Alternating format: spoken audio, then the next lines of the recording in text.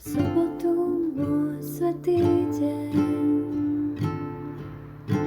odvrátiš nohy od konania toho, čo sa ti páči.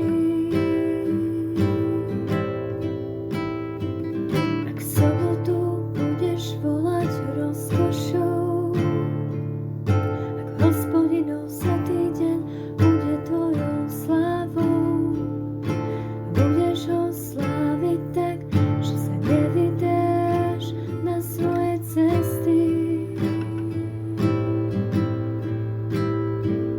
a nebudeš robiť to,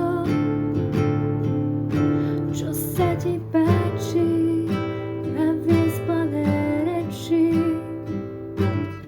Nájdeš rozkoš Hospodinovi, umožní ti znášať sa nad výšinami zeme.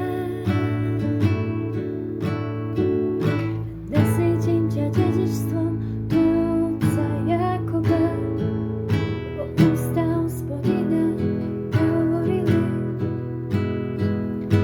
Ústa Hospodina prehovorili.